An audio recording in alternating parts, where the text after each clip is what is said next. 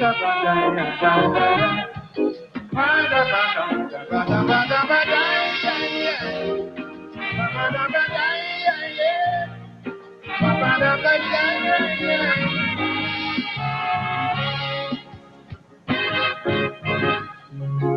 the beginning, if you do not succeed, don't feel your efforts for all in vain. A little more determination is all you may need. Success only comes after heavy strain. Sometimes we have to do it over and over again before we begin to see the light. Difficulties are ever present, just like the sun and the rain. One day we're going to do right. Till then we gotta try again. Try not to complain. Learn to bear the strain. Trials and tribulation is there for everyone.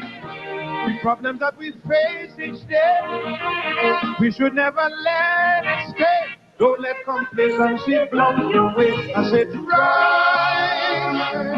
try again. Never give in. No fear, no fear. Life could be complicated, as you could get damn frustrated, but then hold steadfast. A little time will pass. Try again, you will succeed.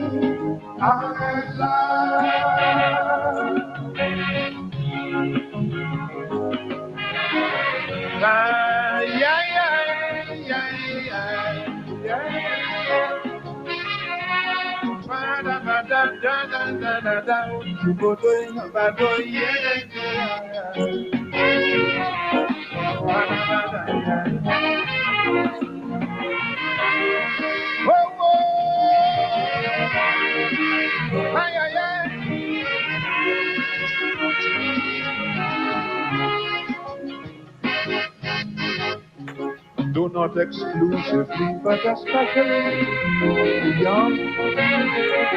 They want easy answers for everything. The preachers and the teachers are oh, what a job they have explained. Showing the young people how they must persevere more and more. Convincing them life is hard, but it's sweet. Self-discipline and application is the key to be gone before they could relax on easy street. Till then you gotta try again. Try not to complain. Learn to bear the strain.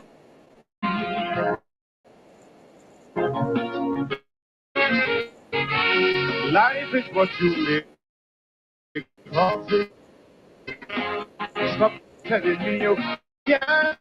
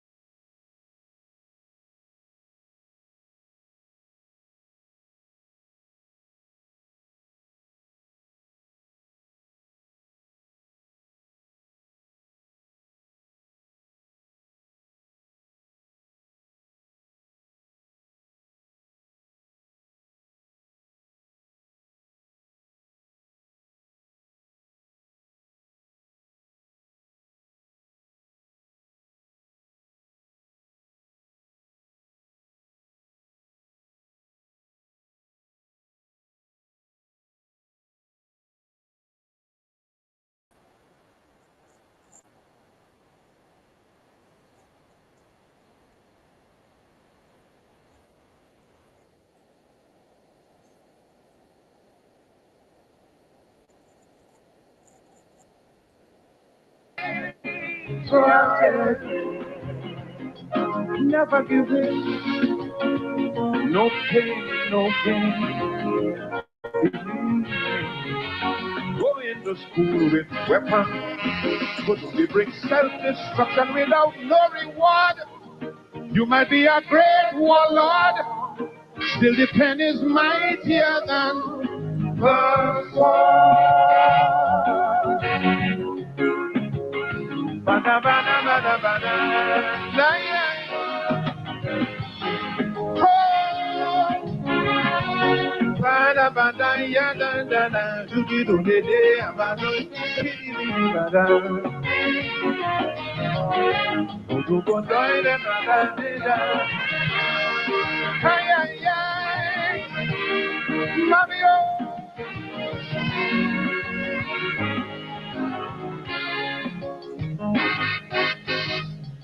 Get up and be responsible to yourself.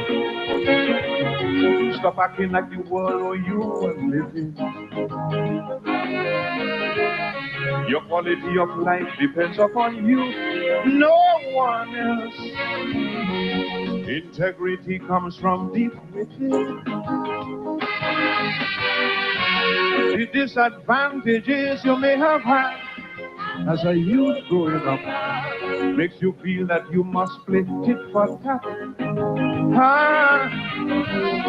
But whether it was child abuse, mental cruelty, or what, it must stop. You can't spite others because of that. You gotta try again. Try not to complain. Learn to face the strain. None of us have to suffer. We could control the future or whatever the mind perceives. Surely it can be achieved. Stop doubting yourself and say, I believe I go try again. Never give in. No pain, no gain. When you come to me now, you come making no road. Hold steadfast, a little time will pass. Try again, you will succeed. I love.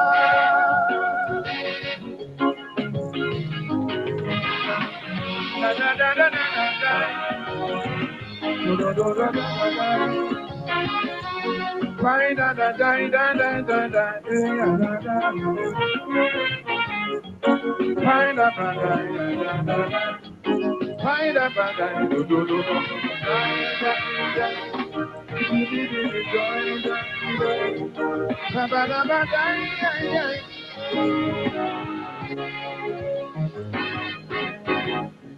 Certain Calypsonian couldn't make it to the show. How they didn't qualify, we don't know. But anyway you pass, you hear people calling, no! How people treat little good Alan so. After he captured the hearts of all the people, young and soft, the selectors, they still leave him out. But he is young, and I hope that he wouldn't take it to heart. Next year he could make another start. Till then he gotta try again. Try not to complain. Learn to bear the strain. I know it is heart rendering. Don't think about surrendering, no. For you gotta hold on tight. Everything will be alright. What happened in the dark will come to life if you try. Never give in. No pain, no gain. Show them you could take it in stride, and you have youth on your side. Hold steadfast, a little time will pass. Try again, you will succeed. At last.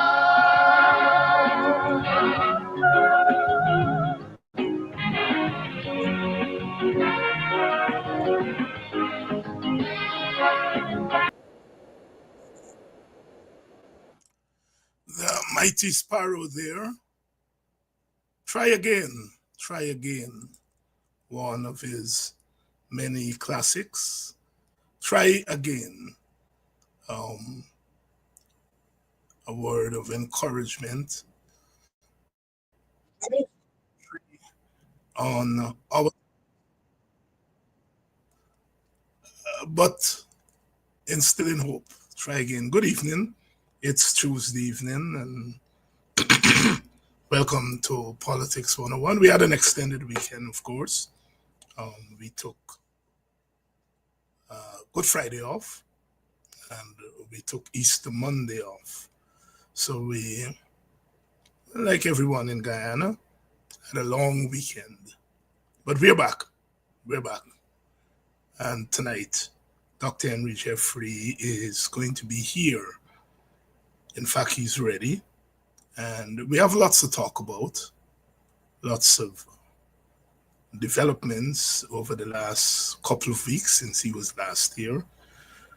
Of course, when he was here last, it was the day after the young man was shot in Linden, and there were protests, and another young man was shot by the police yesterday, in fact on Sunday, Sunday, and the two young men were laid to rest. And as the mourners, mostly young people, as they were passing the police station, they stopped and laid the caskets at the gate of the police station, the police compound, and the police hurled tear gas. Never stops. Kill the young man. People protest the next day. You shoot into the crowd, kill another young man. They're burying their dead. They're passing the station. Obviously, they're going to acknowledge that. They lay the coffins there. Tear gas. And as I was watching that, I hear the young people saying, these people don't want peace. These people in one peace. They're going to be responsible for what's coming next. These people don't want peace. You heard the young people saying that. You're wondering where our country is going. Of course, we've been saying that on this program. It's not sustainable. It's really not sustainable. I mean, on the one hand, you're saying that, look, you're reaching out, you want black votes, and black people are changing, and they're going to the PPP in droves, and you're presiding over a police force that's shooting at them. These very young people that you're claiming that are going to you in droves. Either you have supernatural powers that you can shoot them down and they still come to you in droves, or you're fooling yourself. Whatever it is, it's the most bizarre thing. Dr. Henry Jeffrey is going to help us unpuzzle that puzzle. Of course, over the last 2 weeks, we have had the AFC announcing that it is going to enter the election on its own. It's not going with the APNU, and lots of weeping and gnashing of teeth in some parts. Some of the commentators have declared that the PPP will win. Once the AFC is not going with the PNC, then the PPP will win. Well, what is the causal relationship between the two? Unless you're saying that the opposition base so stupid, they know in order to win, they have to put their votes, most of their votes, one place to defeat the other side, which put in most of the votes one place. But they're going to look at the two sides, going to separate place, and say, all right, let me split up the vote. We don't really want to win. we want a minority government? Are we saying that that's how the opposition support base is thinking? I don't know. Dr. Jeffrey is going to help us figure that out. How you move from, you know, in the first place, you know, in the first place, you decide that, well, you know, on the opposition side, you have two major parties, the AFC, the PNC. And they negotiate and they're not going to go together. And that's it. The opposition has lost the election immediately. We're going to try to figure out that. And as we're coming on air today, the U.S. State Department issued a report. I noticed the Star News today. Their lead story was that, the Attorney General debunks U.S. State Department position on corruption and money laundering involving the government. I would have preferred the headline be U.S. State Department implicates the government in money laundering and corruption. Not what the AG says. That is secondary news. But these media outlets have their agenda. And that's part of the problem with Guyana, you know, is that we watch a country slide into autocracy. And we whisper autocracy, autocracy. And then we shout over the side, our democracy. And the country is traveling to autocracy.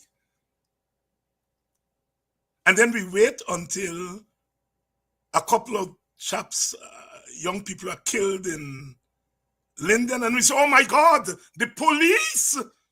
Oh, what is this? Rogue policemen? Old people say, you can't take fire stick to go at night for search for what you can find during the day. You've seen it as plain as day. Guyana is an autocracy. And everything that follows from that is happening in Guyana. But if on the one hand you're whispering autocracy and shouting democracy on the other, what are we? And that has always been part of the problem with politics in Guyana, is that those with large voices, they fudge the thing, you know. You find some people, they say, you know, African people are being deliberately targeted by the government for oppression. And then they start to run for politics. They start to run for election. And you ask them the same question, is there apartheid in Guyana? And they give you a long, gorong answer. Well, apartheid is this, but we're not seeing this in Guyana. Part of the problem in Guyana is that we are never able to call a spade a spade. Even if we call a spade today, tomorrow, once we start talking about politics and votes, like we can't figure out how to balance things, how to talk about two things at the same time. We throw one under the bus to say the other. And that is part of the problem in our country.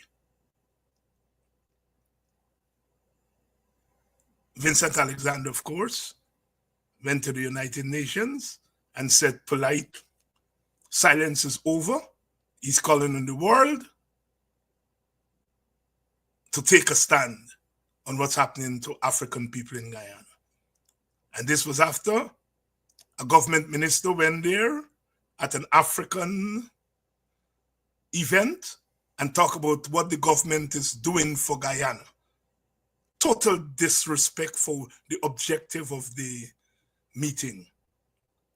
Another set of people calling themselves APAD went there to complain for me, say that I am one of the gatekeepers, that calling people lake bottom and slave catchers, and the United Nations must do something about it.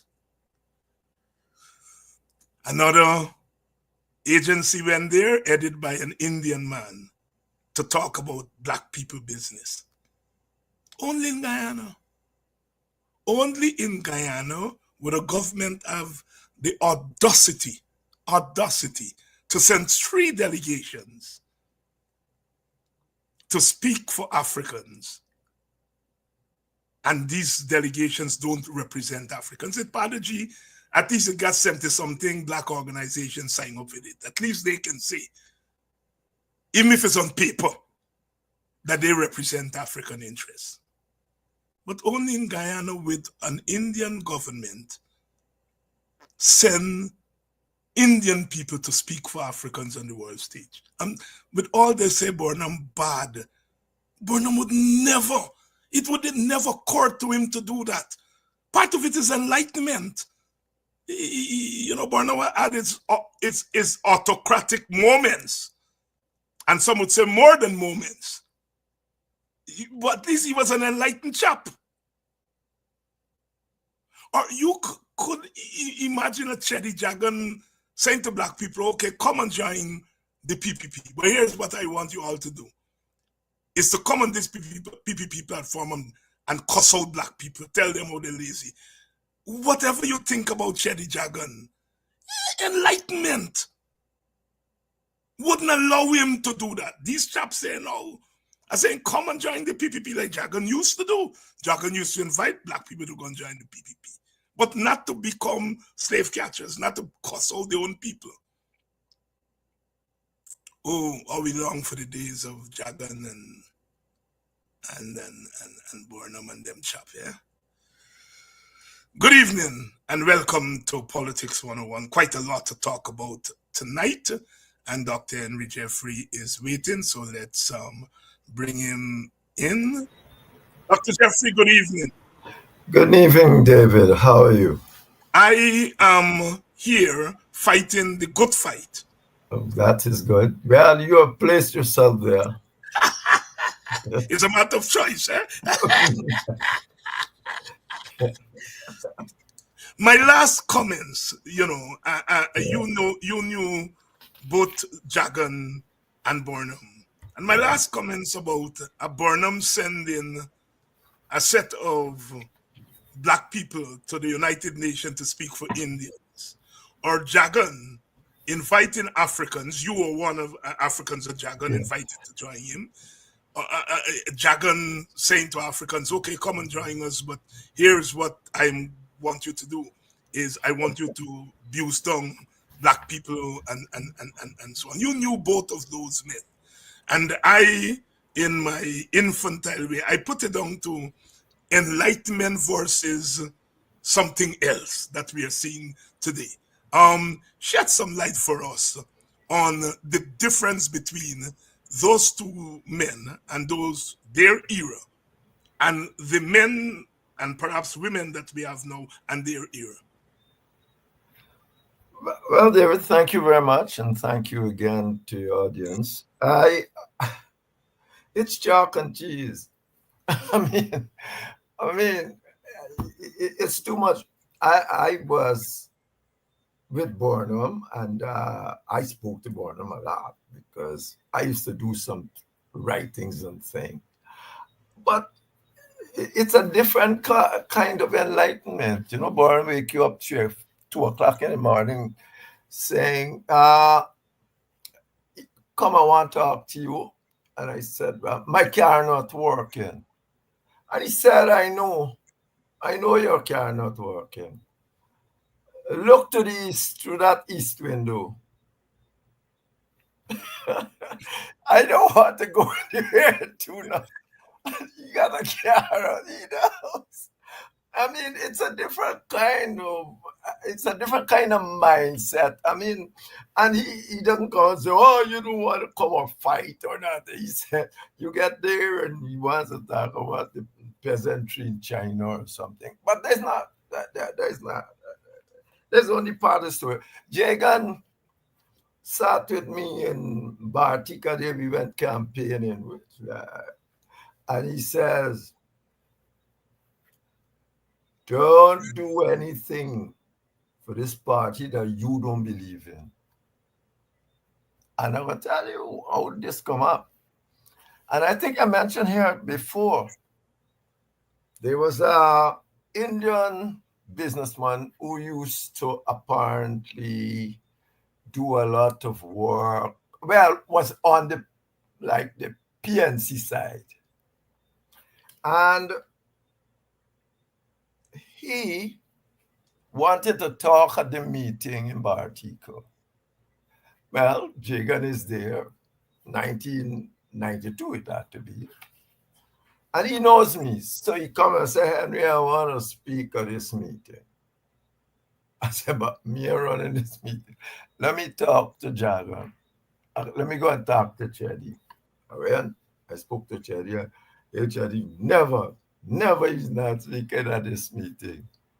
I said, "But what can he possibly say? We are going to put him to speak first, and we got about 3-4 of us coming after. What can he say that can be so bad?" He said, no, he's not speaking. I said, "Okay." I said, so I went back and tell the businessman, big businessman of the time. I said, "No." I said, I spoke to Jerry and he said, "You can't speak." He's an Indian businessman. And then Jerry called me again. I went. After time, he says, "You really want the man to speak?" I said, you are the leader. You're the boss. If you say he should not speak, I told him he cannot speak. So that's the end of the game for me. He said, let him talk. So I went back and said to the gentleman, and after the man spoke so well of Cherry, I don't think there was sliced bread. I mean, the Cherry Jagger is the best thing since sliced bread.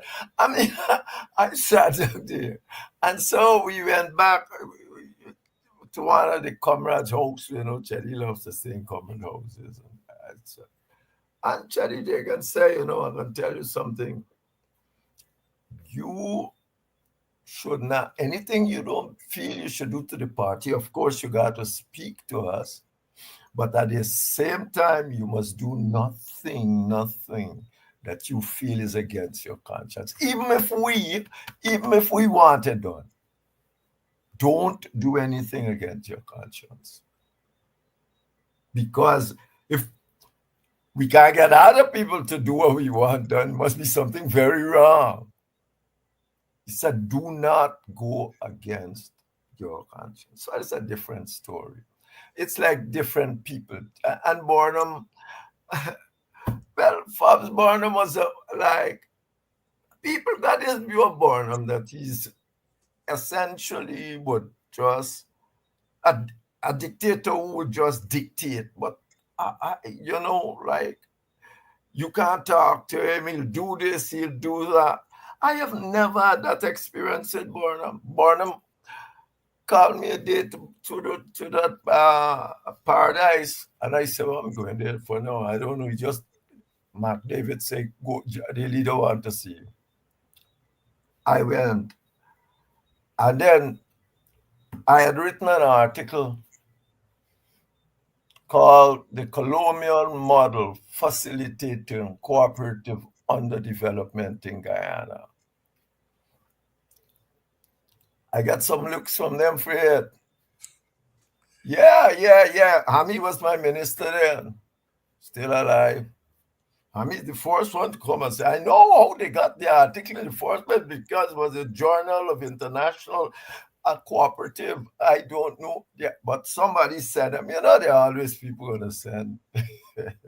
So he was the first one. So I anyway, I got some licks. Yeah, you talking there, this. That's how I get sent on the developers course. I need development. You need development. So I got sent. And there was a thing called the developers course, and so I got sent on it. And all these years after Burnham called me to say, we were wrong about that thing. All these years, he said, we were wrong about it. And I want you to help me do something else with the same thing you were talking about. We were wrong.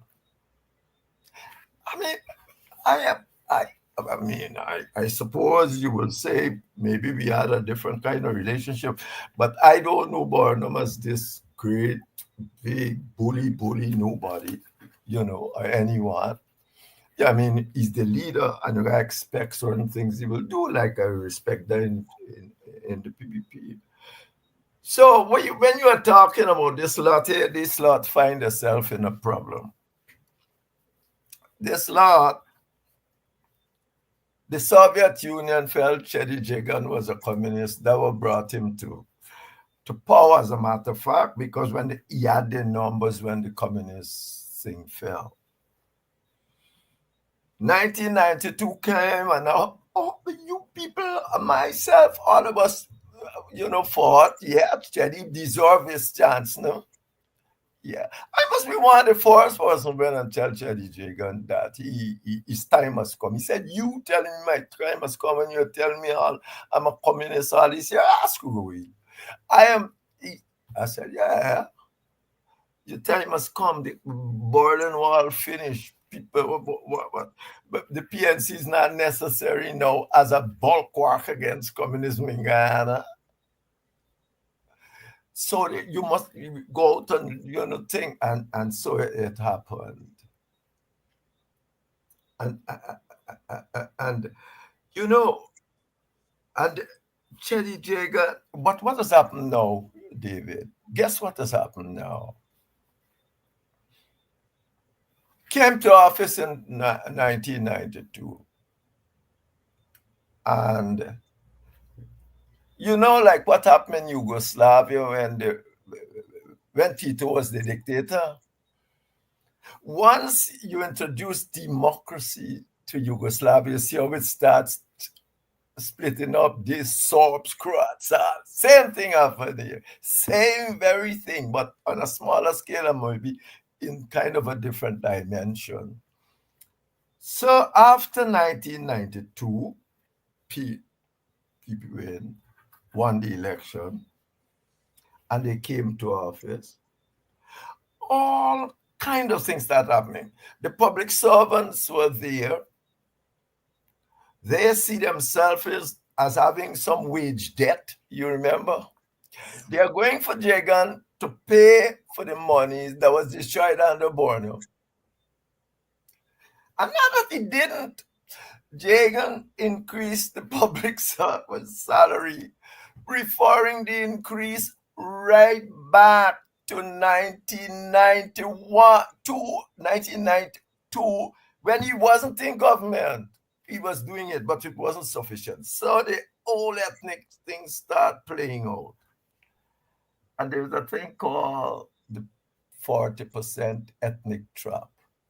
We're seeing it in America a bit, where Trump stood up and tell you clearly he can almost kill anybody around Times Square and do what he likes. He's showing it. He's almost showing it. Just that they got stronger institutions and he's unlikely to succeed. But he got the Europeans, white, you call, are about what, 60% of the population or something like that. And he got about 40-something% of them covered. So you call it the 40% drop. So he got them there. And it's only a matter of getting over some entrenched supporters to win a majority. A mayor won. He didn't win the majority of votes. He's not the last election. He didn't win an overall majority, but that is. So effectively, when all these problems come together, what are we to do? The only answer, David, the only answer in this kind of context is that you can't take care of Indian insecurity and don't take care of African insecurity. If you're going to take care of Indian insecurity as the PPP think it is doing, you are leaving African out and you are going to do anything to secure Indian security. The truth is that there's only one. Once you reach that 40% gap, particularly in an ethnic situation where you're so close, you have to share the pie. You have to have shared governance. There's no way that it has been different. Nowhere. And that is the problem. So you have the PPP doing everything possible since then, over 25 years, to try to force. They almost wrote it. They wrote it. They had met people writing it. They're saying the PPP, Africans can get their freedom if they come in the PPP. You can't be free outside of it. What kind of story? I mean, Africa conquer their own institutions or nothing. Everything the PPP has done. When people say to me, what the PNC did for us, I say ask the question the other way, maybe not even the other way, but some other way, because I can say the better way to ask is what the PNC did not do to you, and what the PPP are doing to you. That is the issue. Don't matter how stupid we think the PNC is, and I got problem with them in the last government.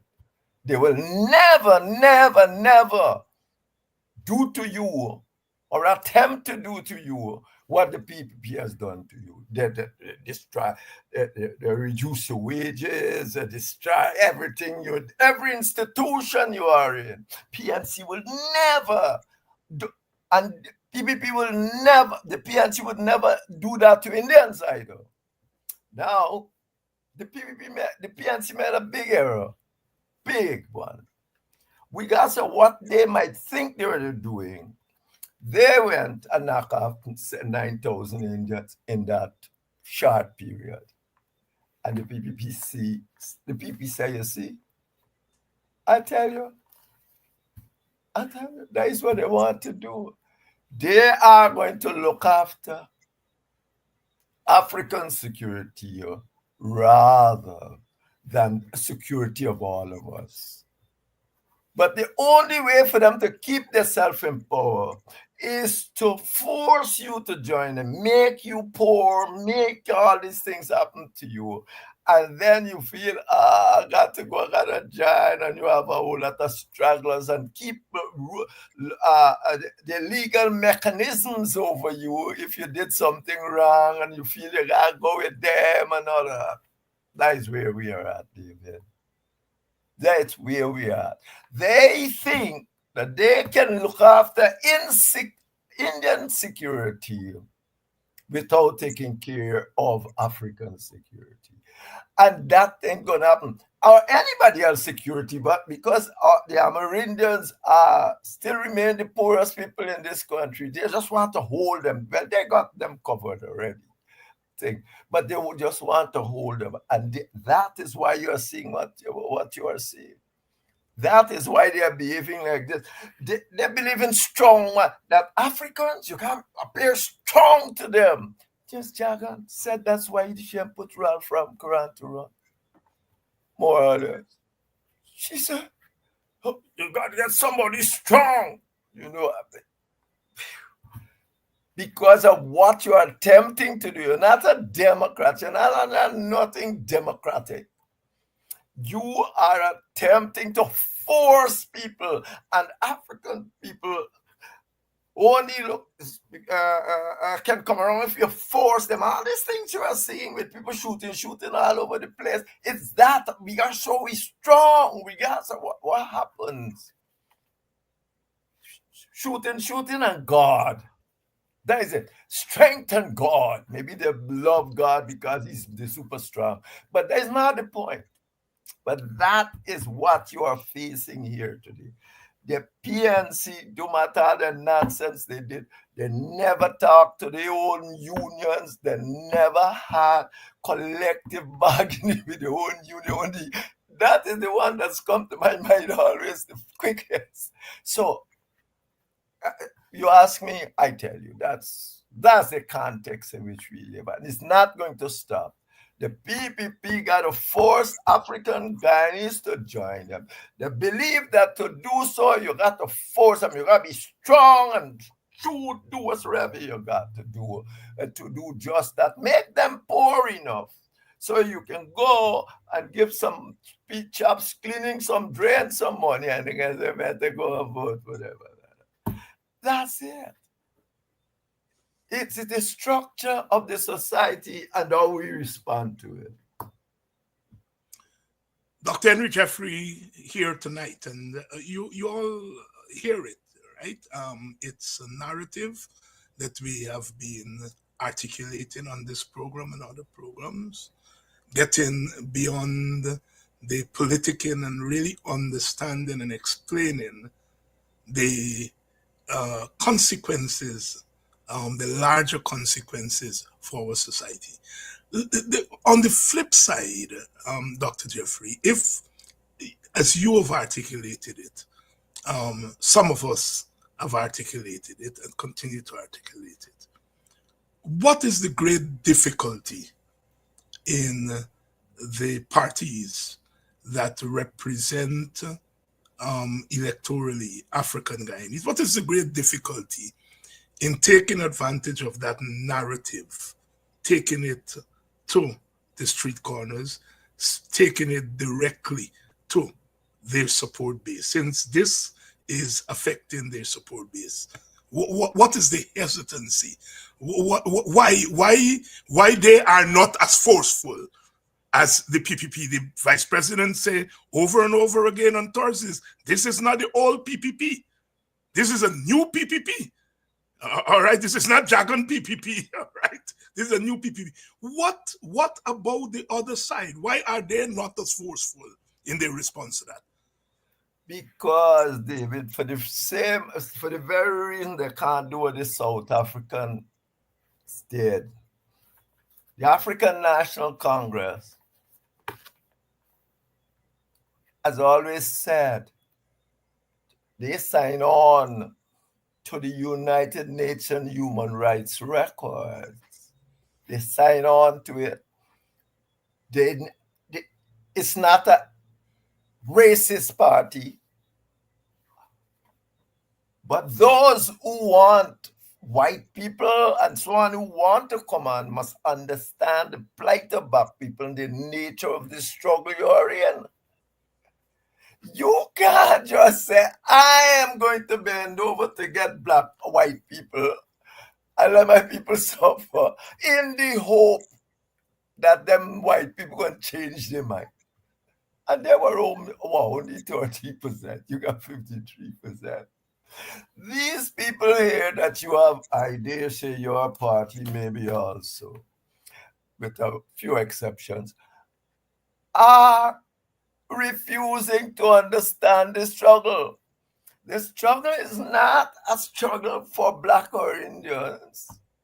The struggle is one for all Guyanese. But since it's the Black people that are being oppressed by the present regime, all of us should get up and do it. And those Indians that can't come on this side are not worth having.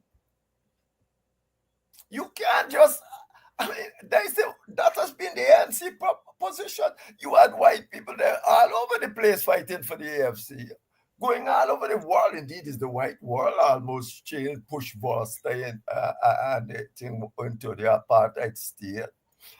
That is your problem. Your problem, you don't want to do this thing head on. Indeed, your former leader go to America, and I think it's Robin Singh or somebody, and said race is not a problem in Guyana. He went to America.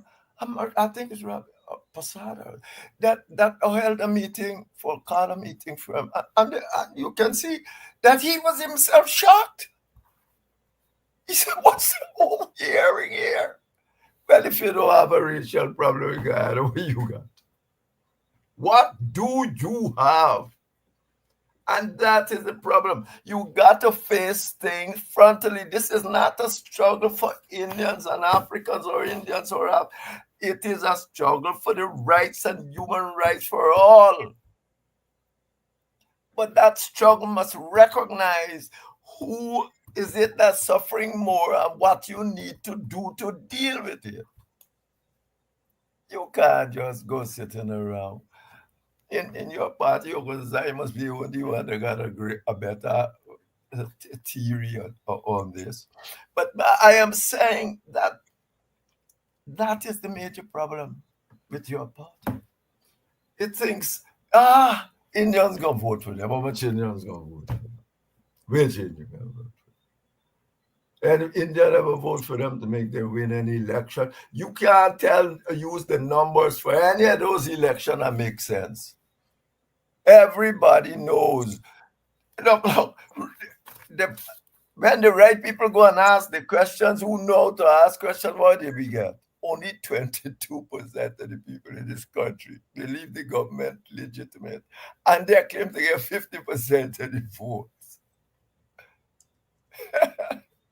I mean, everybody knows what's going on with the numbers. Anytime anybody starts saying, according to the numbers of election, I say, man, what the hell?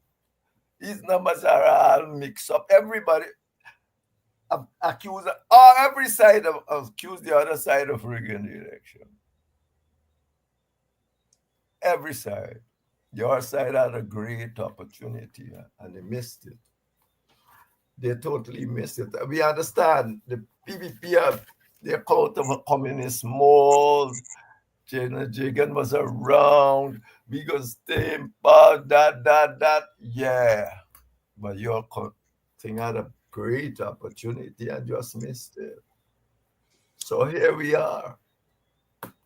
Here we are. Dr. Jeffrey, this brings me to the next big point I want us to zero in on. This past week, almost as an afterthought, the AFC announced at a press conference that it would be contesting the election on its own.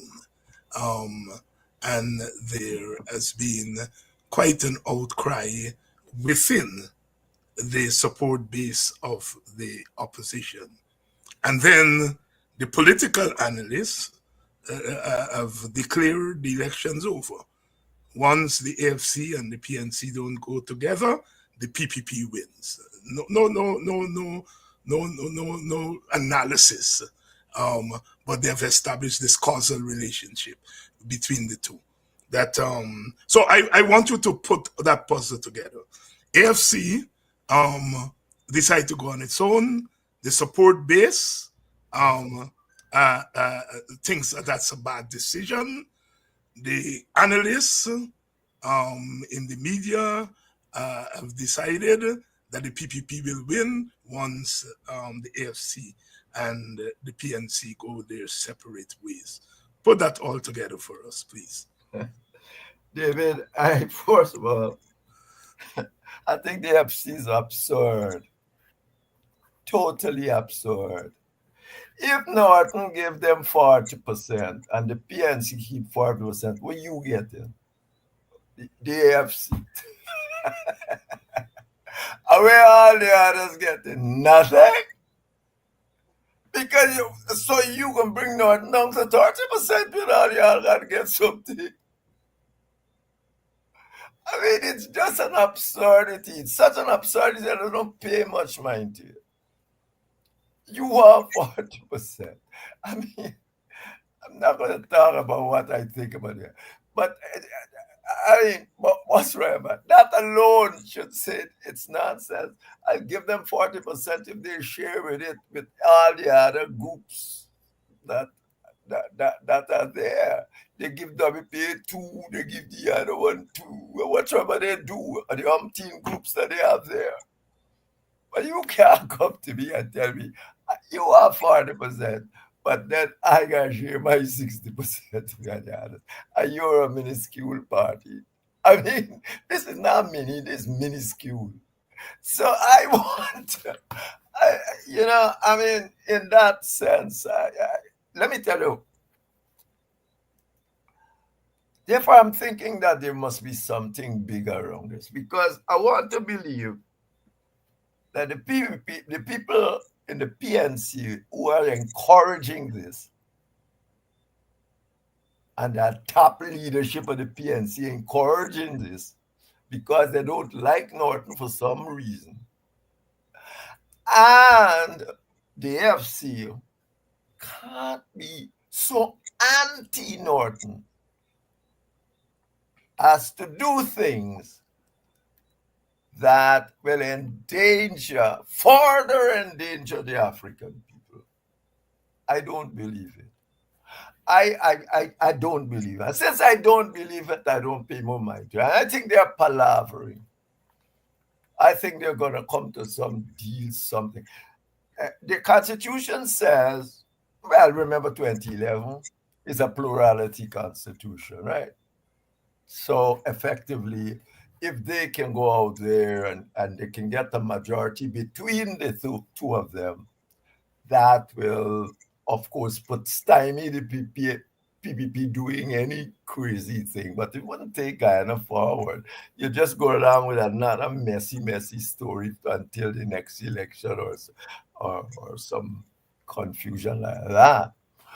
But the point is, so I want to believe, no matter what I think, I don't even know what the political motives, because I said I know it's an anti-North motive. The truth, and I don't understand why it is. But whatsoever their motive is, I don't believe that it could be to harm the African. I don't think so. But that is only a thought. As I told you just now, they were 4 years in government and even refused to talk their own union, to have collective bargaining, come back to haunt them when the PPP come to government. So that is my position on that. I think they're going to make a deal up the road, but why they don't do it now, when elections should come, whatsoever. And in a sense, maybe they understand the nature of ethnic politics a little bit, that it is such that it can mobilize very quickly. And you allow the other man to show all his strategies before you come and think. So you understand the strategy. As you are seeing it with the PPP and all, they're carrying on and carrying on. Oh, Vijay doing this, you're bringing Silicon City, you're putting people on sand. But when you have all this, but I mean, it might be a good thing, but I had to laugh when he said, I said, no, the problem is not that they're putting people on sand. The problem is nobody has been given the opportunity to properly discuss it. All you're doing is take people money and go put them according to him. So I want to believe that they are seeing what the PPP, and it's perhaps good that the PPP are showing its colors as it go along. And man, you got to, elections are 6 weeks before, no? Before, and election date is called about 6 weeks before. You got time. You got time. And I don't believe they can be stupid enough to do anything that would stymie that effort. The PNC, the AFC, well, it has no real ideology anymore. Like outside of something saying, oh, we are going to make Guyana a better place like everybody else. The people saying so, the PNC, you will be saying, yeah. So, it's not an ideology, it's nothing anymore. You can't say, well, if we get into government, we will see that equity and fairness and all that, and anybody should necessarily believe them because they were there before and all of sort of things. So, I mean, so I believe that is my position. I think that at the end of the day, they got the mind in the right place. I would find it difficulty for them and not to believe otherwise. And therefore, I don't pay it too much mind. Because how are you going to ask a man for 40%, David? And they want to change 60 with them. And you got this super major party. I mean, that's if you can't see the one, you can't see the thing. I mean, you got this super major party and you want 40%. Yeah, the best time you ever do was a seat budget. The best time when the PNC was at its weakest. So that's not. Yes, very important point you raised there, Dr. Jeffrey. I mean, let's say you were to get 33 seats. Let's say theoretically. I mean, 40% of 33 seats, you're talking about 13 seats. Can the AFC or the WPA or any one of us watch Guyanese and say that we can, in the context of our politics, bring 13 seats? So you're starting off by saying you're worth 13 seats, which, as you say, is laughable. So that can't be the reasoning. That can't be the reasoning. All right? It has to be something else. And the other important point I think you raise is the thing that your decisions, whether you like it or not, is going to have a negative or positive impact on, firstly, African Guyanese, Yes, and then the thing. So no, our party, the WPA, is very clear. I mean, we are a minor party, we are a minor electoral party. There's no way we can win an election. We will be able to influence public opinion, maybe in pockets, maybe in large. What do we do with that? Do we use that to further put Black people in trouble? Or do we use it to help to level the playing field so that Black people can come into being? And we have made the decision in the affirmative that whatever we bring to the table, we are not going to use it to put African people at further risk and by extension put our country at further risk. And that is our reasoning. Call it racist, call it racial, call it non-multiracial. It is our reasoning that has made us embrace coalition politics and embrace the fact that all of us have some role to play in ensuring that we create a path that gives us a second chance to democratize our governance system. Because that's where the big problem is, as you've been arguing, as all of us have been arguing. The PPP given its own pass, its own democratic centralism, its own sense of what you call domination, the Ravidev's notion of Hindu supremacy has now entered the halls of government. Given all of that, they are not going to play a vanguard role in democratizing the process. So the burden is left on the rest of us. And so winning government is not just taking hold of government, but it has to be creating a path for the democratization of our governance system, which would have the effect of ensuring that African people, Amerindian people, and East Indian people are not the victims of party dominance in the society. I just wanted to throw that in there because I think sometimes our politics are reduced to platitudes and these catchphrases without understanding that decisions we make will have implications beyond the vote. And it's about the preservation of a process that makes the vote have the kind of meaning that it is supposed to have. I share your view that at the end of the day, I don't think the AFC has much of a leg to walk on in terms of the demands that it is making. And I think eventually they could come back to the table, when in fact, by the time they come back, they would be a appetite on the part of their own supporters, meaning the support base, because all of us are really speaking to the same base, as you've correctly said, and our party has come to that conclusion. That look, the Indian vote is not on. It is not on.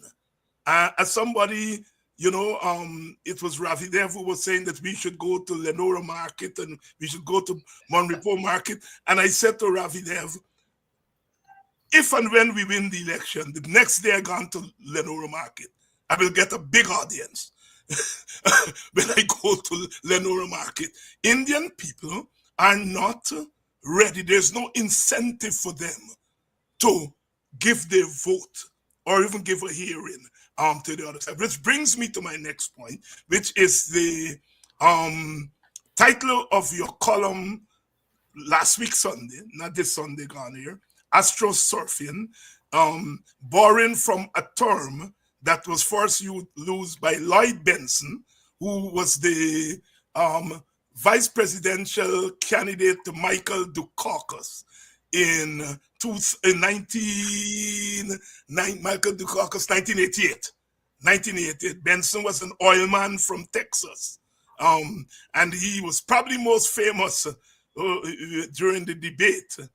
Somebody was talking about John F. Kennedy, and he said, sir, I know John F. Kennedy. I work with John F. Kennedy, and you are no John F. Kennedy, Lloyd Benson. And he coined that term, astrosurfacing. And you use that term to speak again to the phenomenon that everybody is talking about without really analyzing its meaning, and that is the Muhammad factor. Astrosurfacing. Please explain to us the term and then talk to us about how that term explains what we are seeing as the Muhammad factor. Well, I think in about the fourth paragraph or so in that article, I explained it. Essentially, what astroturf is, and what he was saying, what Benson was saying, but astroturf is artificial grass, right? Yes. Right. So he said, I got so many letters about in support of the insurance agency in my constituent. I can assure it is not real grass. It's artificial grass. That's true. The media getting people to write in and doing whatsoever. And remember, in those days, we didn't have the media so much. So the astroturf, the grassroots, is not real grassroots. It's the media and them pumping up. You got enough money and you can. I can astroturf if I had the wealth. Somebody, I walk around astroturf. People think I'm the greatest singer. They're going to come on a party all day or ask people to my pool and all that sort of a thing. And so, I mean, that's what went on there. I mean, it was quite clear that the way it grew from nothing, suddenly it's all over the media, and it's the social media that does it. We have seen it though. Look, you can't hardly go on the social media and don't see some out of way place, because everybody latch onto it now, some out of way place with somebody that is a terrible person being called in they got people praising them. Oh, as the most wonderful person in the world and all sort of thing. If Hitler was living today, what do you think? Hitler would have been so loved by so many, because it's social media. They are making up these fake things, but one of the bad things about it that can actually badly affect real scientific knowledge. Yeah. And it is science that got all the things we have, everything, all this thing we have here, the internet. And if you are just going to get people that bringing up any old foolishness, and then other people believing in it, because it's belief drive people too. Even the scientists believe that drive them, but they have they must come up with proper hypotheses, and they have methodologies that your duty is not to try to prove your theories, but to negate them, and all that is scientific. So to move them forward. And that is what has been happening there.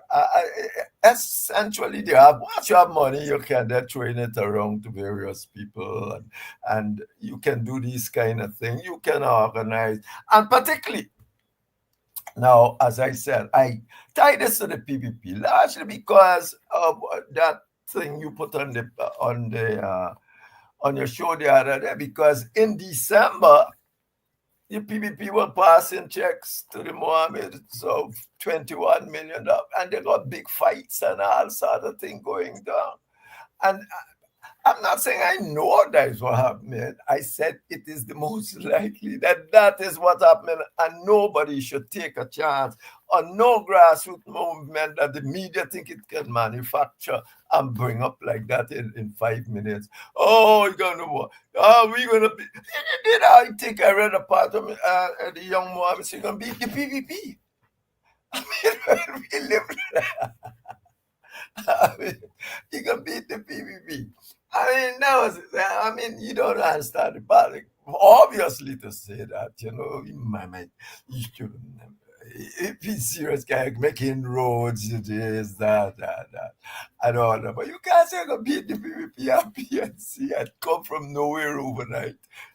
Because you got media people spreading it all over the place.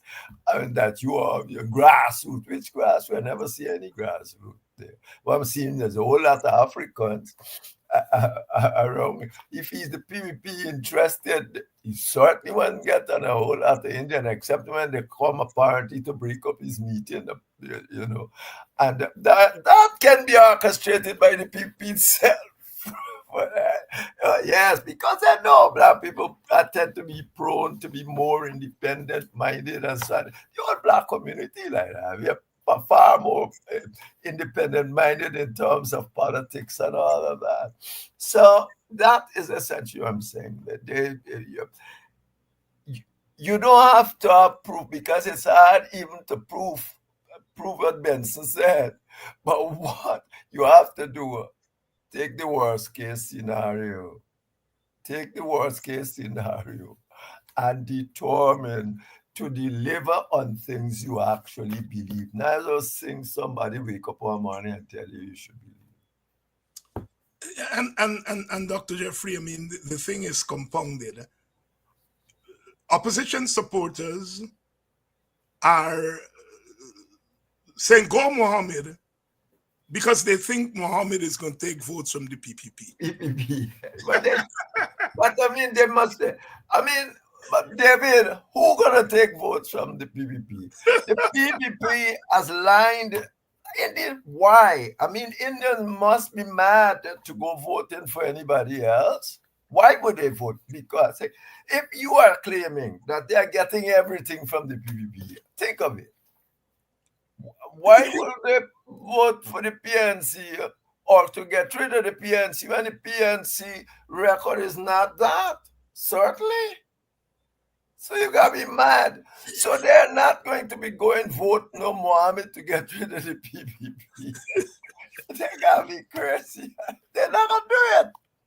Most of them will not do it. You will always have, a more conscious group of people who will come out and stand and stand. But the vast majority are ordinary people, some of them suffering just as well as you. But the elite I saw, you must have read, you are a university man, the article by Constantine about race and class in Guyana. Yes. But he says that even the Amerindian elite is more represented in the 10% of rich people than blacks, the Africans. He said it. And that come from Oxford or something, Cambridge or Oxford. That come from me. He was doing a class thing, and he said that's where it is. That's where it is. And no, and pardon me for laughing, but the fact is that we are all over the place. I think sections of the support base because we have not settled yet in real electoral mode. And so, like, believing that Mohammed is going to take votes from the PPP. I mean, it's if we are arguing that they are oppressing Africans, then, as you were saying, that we are in effect saying that they're giving Indian people more. Then why would Indian people then vote for you automatically? It just don't make sense. Because they love you. Because they love you. Look, I mean, the Indian vote is important. It is important because if the census is made public, it may well show that 60-70% of those who have migrated are Indians. All right? Now the opposition can take advantage of that because that's about 3 seats less from the PPP. All right? So that could work to your advantage. No, the PPP are way ahead of the game because they know that. And they have already put contingency in place to take care of that. How many of the people who've come across the border have been registered, and how many of those people have been promised things by the PPP? What do immigrant groups do when they come over? Are they looking to the opposition who can only promise them something, or are they to the government who's giving them something? So all those factors have to be taken into consideration when we are arriving at these conclusions.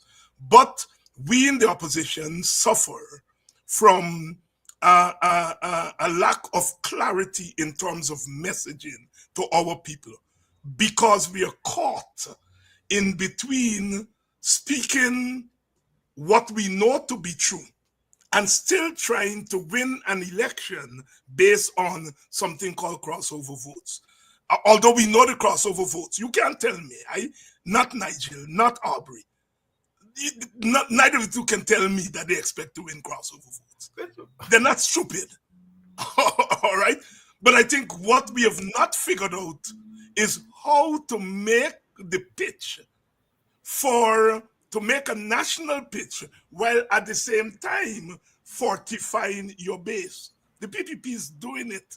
He has done it, not his.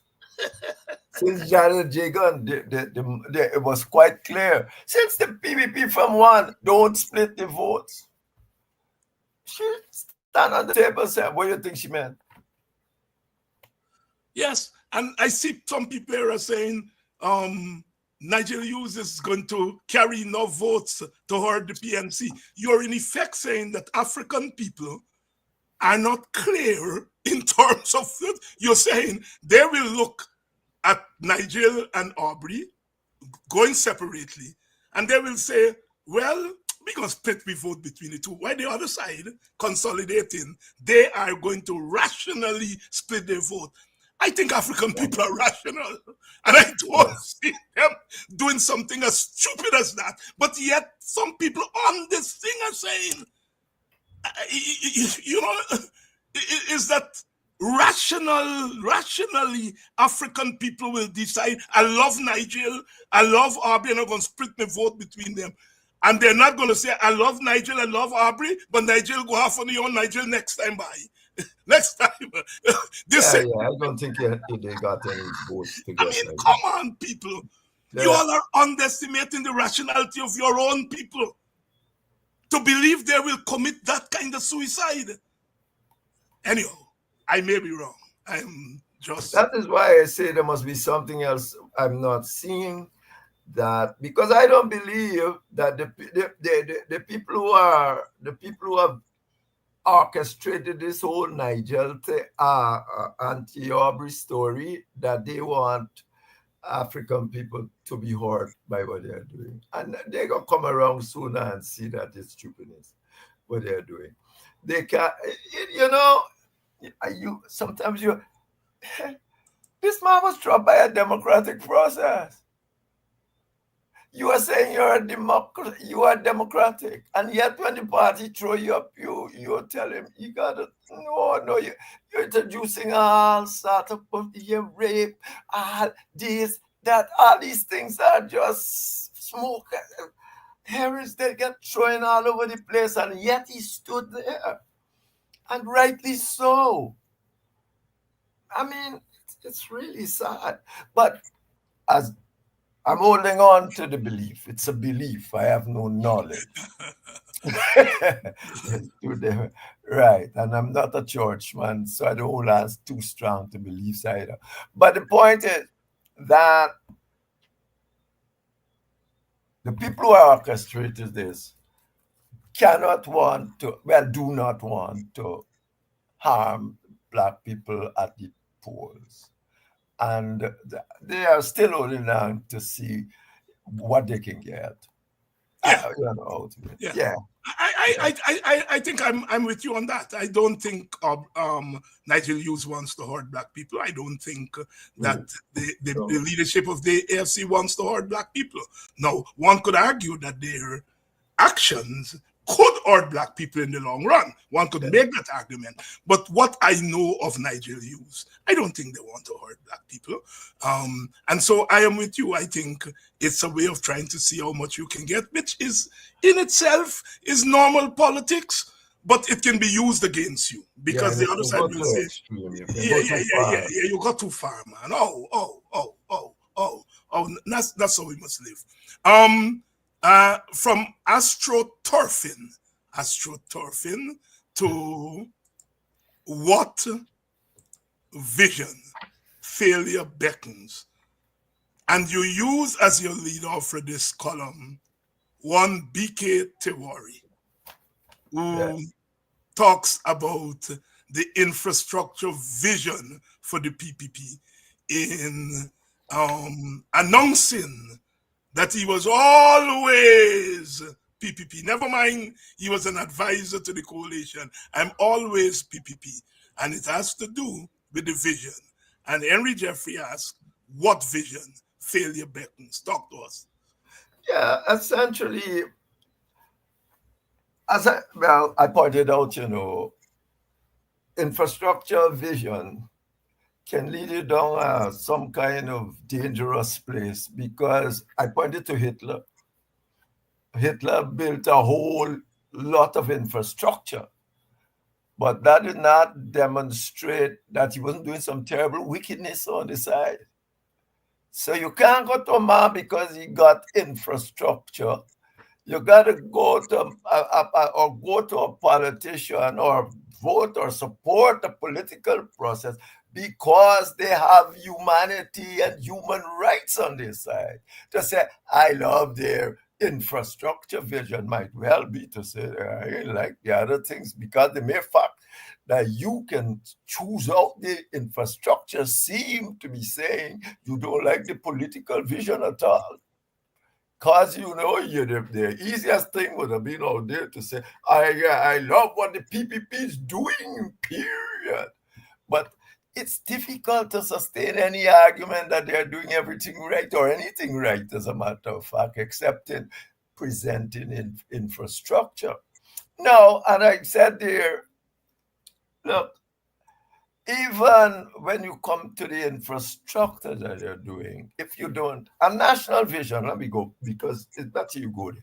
A national vision, a national strategic plan would last for a long time if you're going to do it properly. Remember, you're building for generations.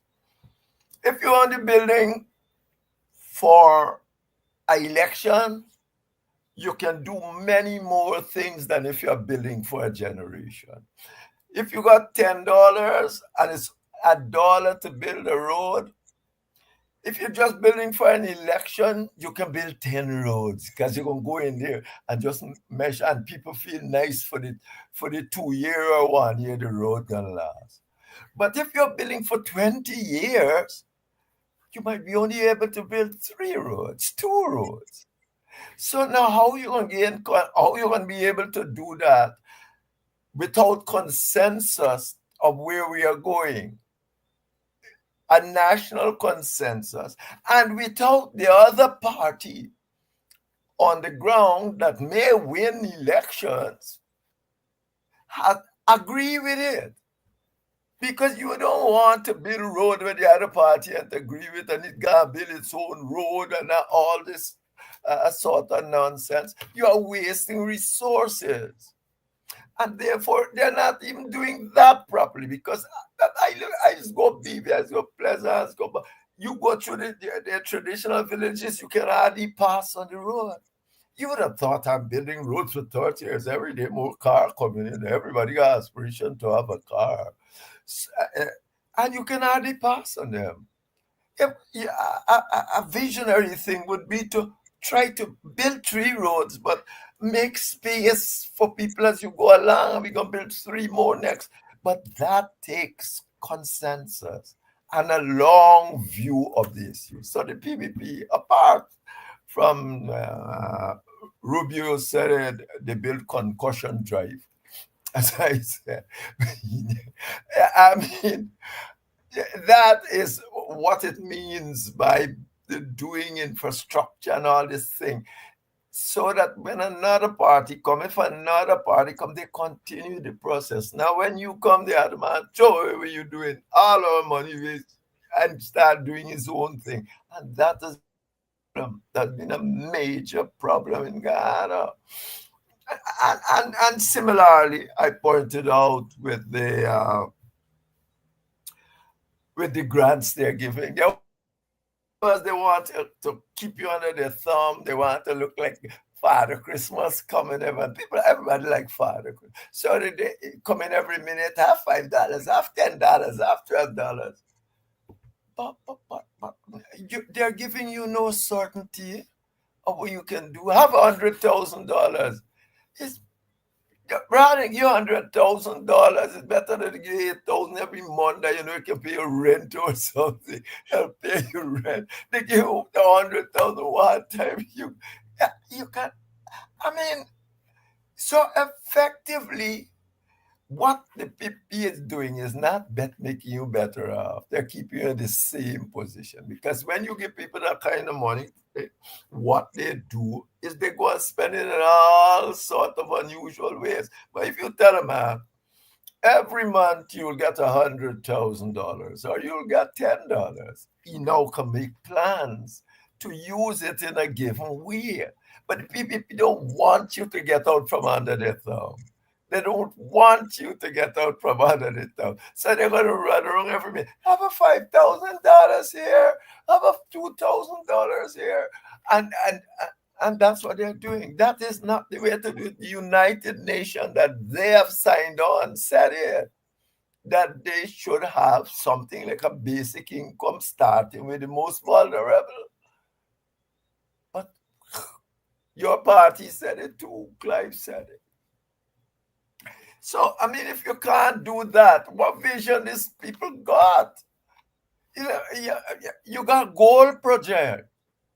From the day I heard it, I know it was nonsense. From the day I heard it, you got university that is badly funded. You got gold project. You got money to go and have gold project and run around. Well, then David, with truth, when I heard after the thing, I've not even read about it in any sensible way. I mean, because it was always nonsense. If you got a university, build it. Then you don't need Cuban doctors. If you do, rather than go and take a thing with Cuban doctors since 19, God knows when, if you build the law processes in Ghana, now you got the medical schools, and you have about 3, you got about 3 medical schools around, and I set up the 4th one, and the agreement was that they're going to give you scholarships to Guyanese. Not all, I mean, they give you 10 or 12 scholarships, I can't remember. So, so that Guyanese will get scholarships out of this, and the government, of course, already got University of Ghana, can build that into something. Indeed, it can make that into somewhere. If you take that same money, that people, foreigners would want to come to your medical school, and you get resources from it, in that you are running to pay foreigners to go. I mean, this is just madness. And you've got a university. So what you're telling me? It's foolishness. It's foolishness that anybody that, but there's all of these stupidness. Man in a mission. Man in a mission, you are getting public servants that you got control over the prospects and ask them to volunteer. It's illegal, must be. It is certainly immoral. You're gonna go, you got control of my prospects and promotion. Oh, and you want me to volunteer. It's political coercion. Dr. Henry Jeffrey here. What vision? What vision? Dr. Jeffrey, as usual, thank you so much. We've covered quite a bit tonight, and things are moving so fast. There may be a couple of things that we have not covered, but hopefully they'll still be in the news cycle when we come back in 2 weeks. Thank you, David. Thank you. Again to your audience. Thank you. Dr. Henry Jeffrey here tonight, and I noticed the debate is raging about AFC and APNU and so on and so forth, you know. Nothing is wrong in having a debate. Nothing is wrong in having a debate as to who is better and what will happen and so on. At the end of the day, one has to be realistic. If one is going to look and see Indian Guyanese voting in bloc, even if Mohammed were to run, Indians will vote for him, not for the coalition. So they're splitting their votes within the Indian camp, even if Mohammed runs. All right? The minute Mohammed says he's going with the opposition, if you were going to get 10 Indian votes, the next day, 9 gone. So Mohammed can't say he run with the opposition if he decides to run. If he decides to run, he got to say, I run in, but I ain't joining with the opposition. All right?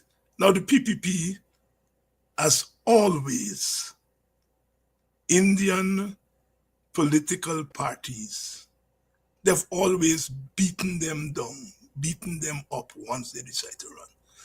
Nagamoto got away with it in 2011. He brought some Indian dissident votes. In 2011, by 2020, that's evaporated. All right?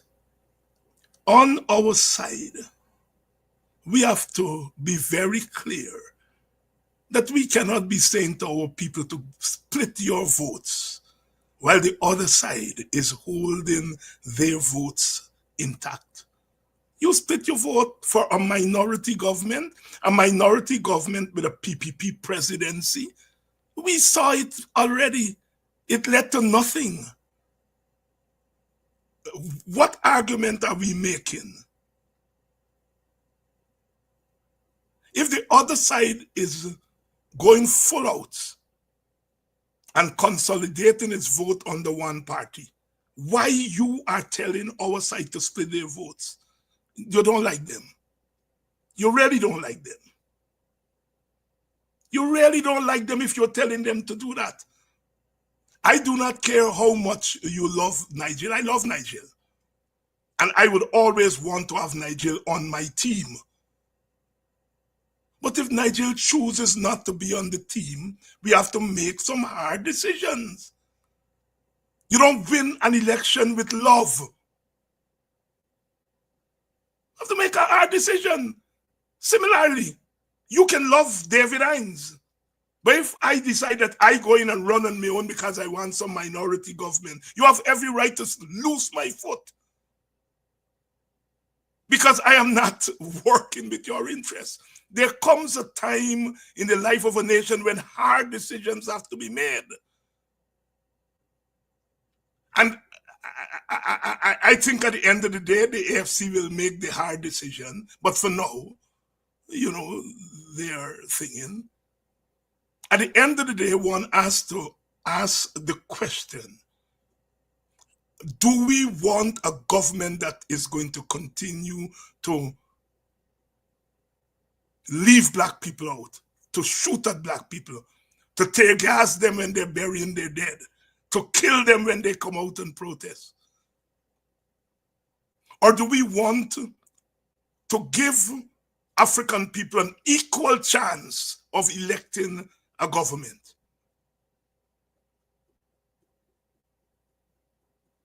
Those are decisions that we have to ponder. And sometimes, you know, it is David Rudder who said, Caribbean people yak, yak, yak, yak. That is the root of our problem. Sometimes we over yak, yak, yak, yak, yak, yak. You know, we want a consensus. We want Terence Campbell. We want this. Well, who else we gonna call? We looking for consensus. So we want Campbell. We want this body. Anything but Norton.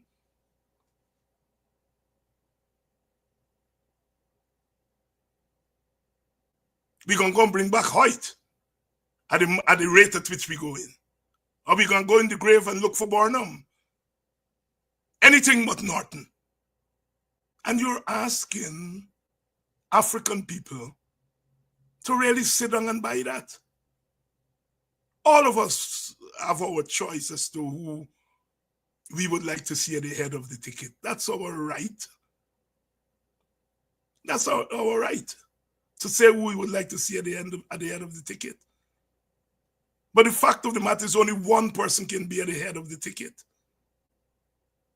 And the rest of us can make arguments while we should be at the head of the ticket. In real politics, can those arguments stand up? Can we make an argument that we have the wherewithal to bring 40% of our base to the table, to the polling booths? That's where we are starting. We are starting with 40%. So we are obviously saying that we have the wherewithal. No, I have no doubt in my mind that Nigel and probably myself, we can influence 40% of the people.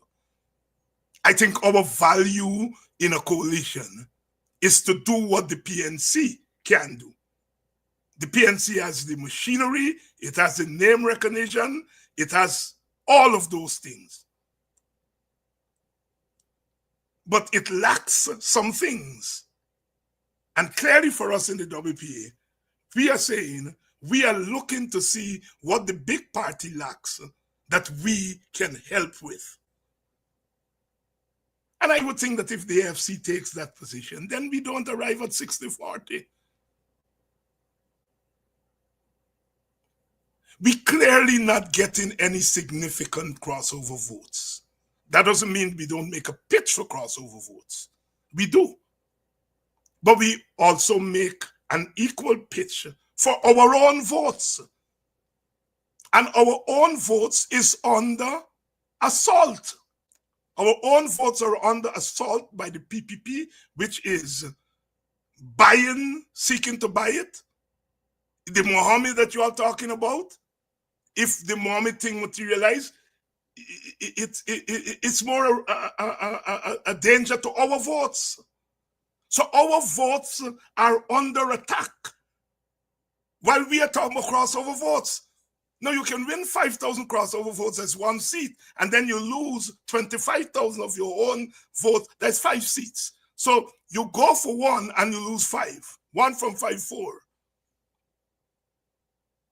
We have to have. This is not the time to break ranks. I am sorry. It is not the time to break ranks.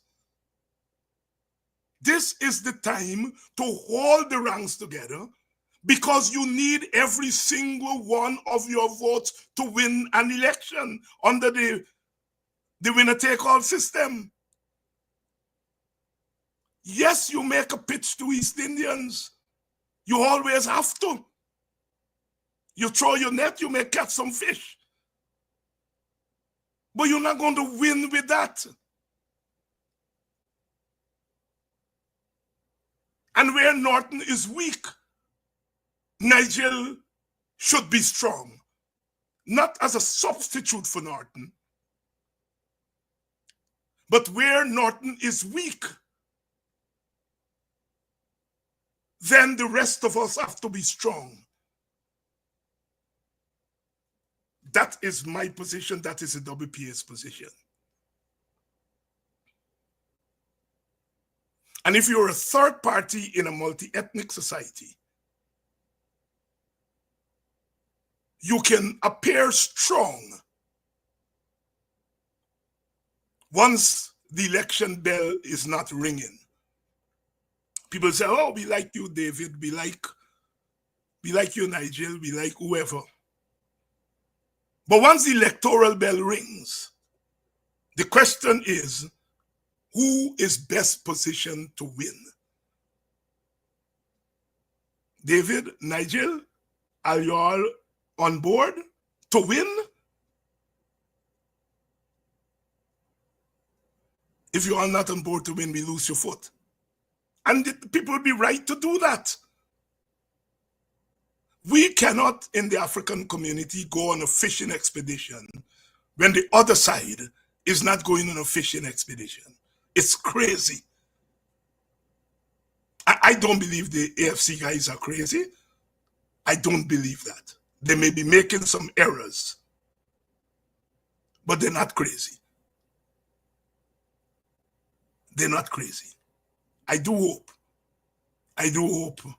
that those of you who see yourselves as AFC will get to the leaders and explain to them, this is much more than the AFC.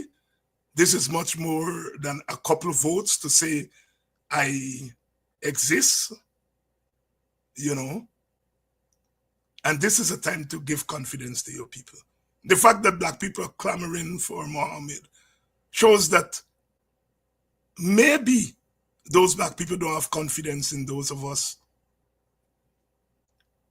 who are on our side to win. I don't believe it's widespread.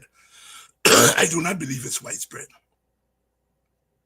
And I do not believe that African people are irrational to the point that they will watch one side consolidating their votes and then they go and split up the vote. Oh, we're going to give AFC a 1 seat, a 2 seat, a 3 seat. We're going to give WPA 1. We're going to give this party 1.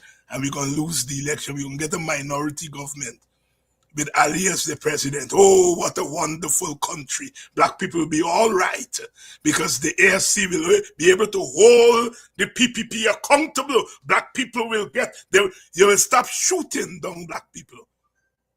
No, you have to win the election. Put your hand on power and then use that power to democratize the system. That you win power, and the next day you say to the police force, extrajudicial killing of African people stops today. Call the commission in, call everybody in and say, we're not telling you how to run the police. You have to run it professionally, but we are saying that under our watch, you are not going to kill another Black boy indiscriminately. Case over. But you have to have power to do that. You can't be a minority government and do that.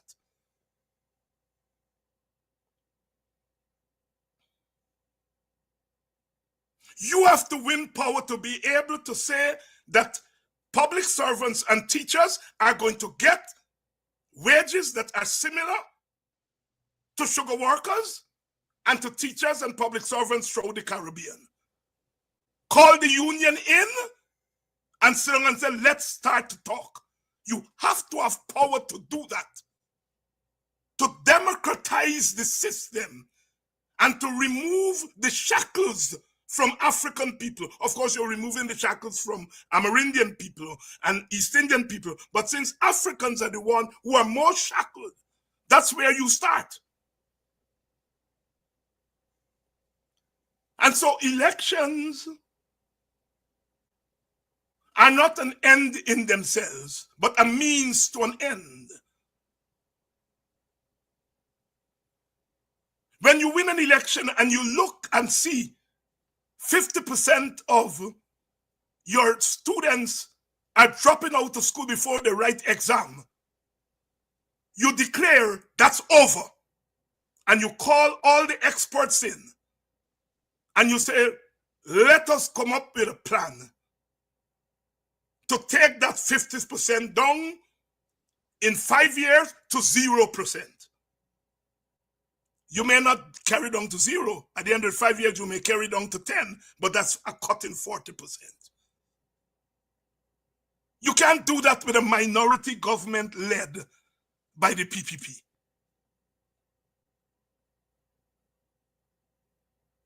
And when you free up the shackles on African people, you're in the process freeing up the shackles of the whole country. That's where the WPA head is. But we are a minor party. All the so-called theorists and think they talk as though for the country it's just PPP and PNC. And then for the opposition it's just AFC and PNC. And once AFC and PNC can't come to an agreement, black people dead. That is absolutely not true. Absolutely not true. And I am challenging the pollsters to put all of us, WPA, AFC, PNC, whoever else, put all of us and go to the African Guyanese base and ask about our support. I am sure that WPA support will not be 0. I don't know how much it's going to be, but I know it ain't going to be 0. But if you listen to the so-called opinion shapers, WPA is 0. And 100% is AFC and PNC. And that's hurting us because what we are doing is that we are taking some of our people out of the process.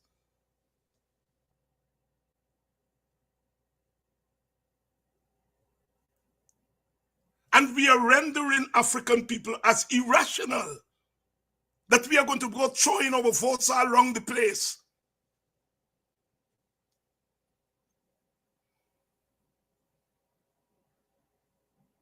And so our media, our opinion shapers, they don't help things because they act lazy. Because, you know, you have to think the thing through. I'm not saying the Indian vote is not important. If you have 25,000 Indian people who have left the country in the last 5 years, they're speculating that about 5,000 Guyanese per year have left in the last 5 years, about 25,000. Out of that 25,000, there's speculation about 3/4 of them are East Indians. So you're talking about 20,000 East Indians left the country. That's 4 seats. So you don't have to go and fight in for Indian votes. Those Indian votes, in effect, are your votes, those who left. How do you then block the PPP from going and making up for those four seats that it lost through migration? That's where we have to start to thinking. You first of all have to block them from your own community. And you don't block them from your own community by talking about democracy.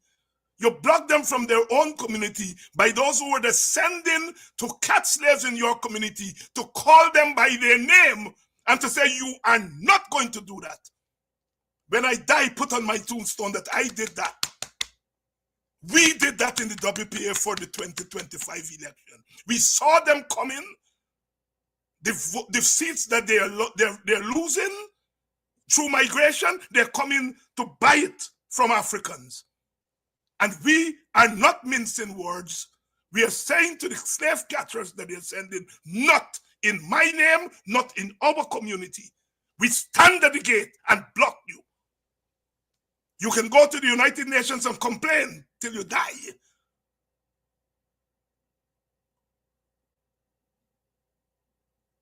When we sit at the table with our comrades and we are deciding who brings what, we are going to be able to say, that's what we bring.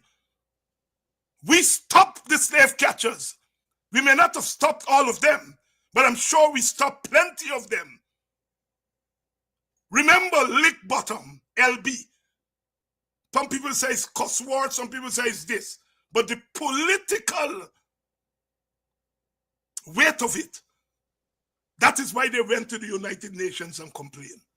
It's not the words, it's what the words did.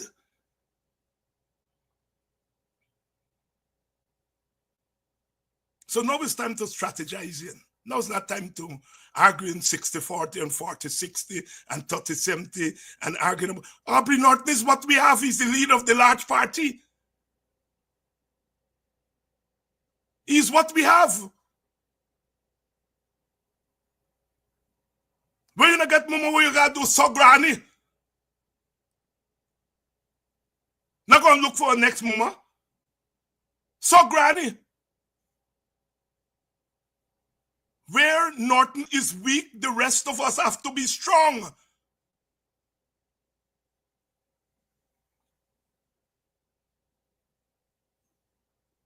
And one thing about poor people of all races, they understand when those of us who have some privilege try to use that privilege to say that we are entitled.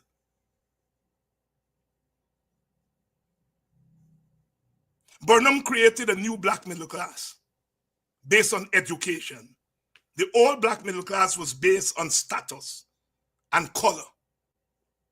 That was the old middle class. The new black middle class is what Burnham created as a result of education. That's where all people like Aubrey Norton and David Hines and so forth were able, because of education, to rise from the slums and the ghetto and get into that middle class. But we are not middle class based on status and habits, social habits. We are middle class based on education. So in a sense, we have two African middle classes. A middle class that's based on education, that is poor people children, poor black people children who got education because of free education and get out of the so-called poor class. I consider myself to be part of that. So I am, in that sense, middle class. But not middle class based on status. That old status middle class, knife and fork, I took went and came, as we would say, they will never accept me in that section of the middle class. I know that. And I think that is part of the problem they're having with Norton. It's not that he's not middle class, but he doesn't come from the old traditional middle class. He comes from the new middle class.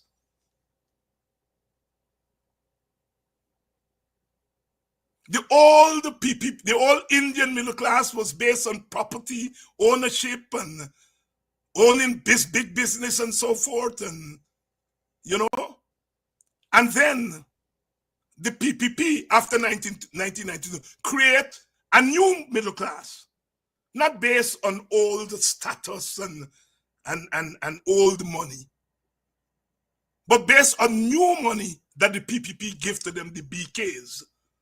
They create a new entrepreneurial class among Indians. So Indians have the old entrepreneurial class, and then they have the new entrepreneurial class, the BKs and GKs and JOKs and so forth.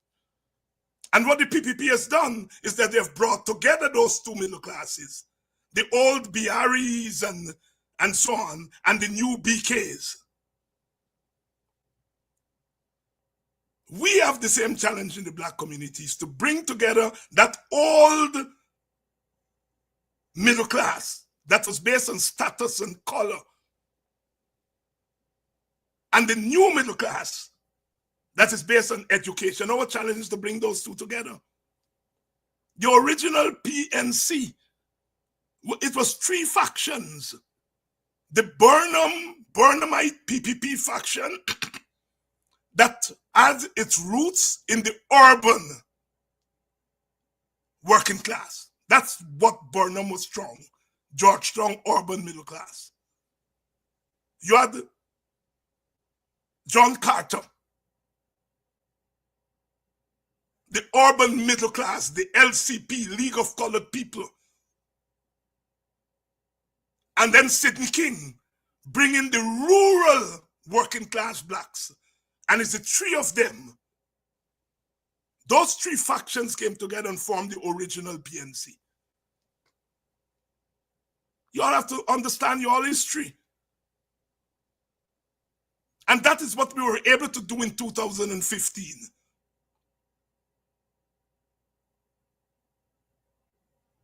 The old middle class and some of the new middle class had flirted with the AFC in 2006. Once we formed the APNU, they came back in 2011. So we were able to bring together in 2011, 2015, the African working class, the African middle class of all stripes, and Nagamutu and Ramjatan were able to bring a small percentage of dissident East Indians. That's how we won in 2015. We don't have the dissident East Indians this time around. We don't. And we have to start there. That we don't have the Nagamutu effect in 2025. What it means, what we are losing because we don't have the Nagamutu effect. We have to win that somewhere. It means that 20% of our African base that we have not been able to bring to the polls, we have to go in that 20% and try to reduce that to 10%. And if we do that, we get about 4 seats there. Because we don't have the Nagamutu effect in 2025. And we can't manufacture it. We have to have another effect. Where Norton is weak, the rest of us have to be strong. Where the PNC is weak, the rest of us have to be strong. The PNC is weak on race. The rest of us have to be strong on race. Meaning, when I say race, I mean talking up and talking directly to African people. The PNC is weak when it comes to talking directly to African people. They always, the usual thing. African people are think but. Right? That's a weakness. Because you're sending mixed signals. But that's okay. Some one of us have to do what the PNC can do, which is to talk directly to black people, as I am doing here tonight.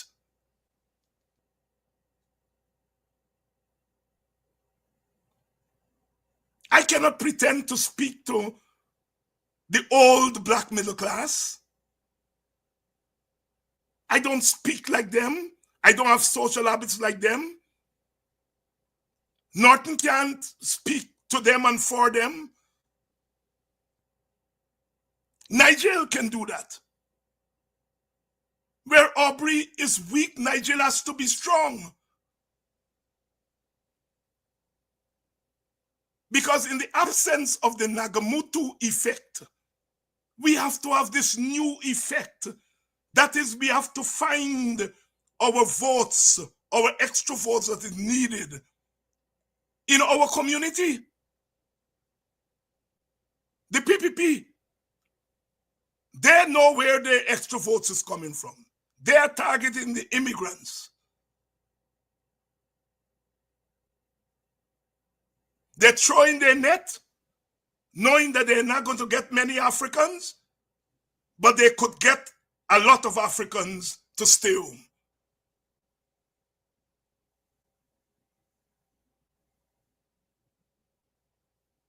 And then when you put on top of that the rigging, the PPP has worked out its path to victory, and it ain't no minority government. It had no minority government. What is our path to victory? I am laying out a path to us here. Our path to victory is to consolidate the various publics in the African community. The traditional African vote is the PNC vote. And that accounts for 75–80% of our votes. And to say to the PNC, you can't get a top spot when it is the PNC who will bring that traditional vote. But yes, we can't win just with the traditional vote. We have to get some other votes. And we don't have a Nagamutu this time around.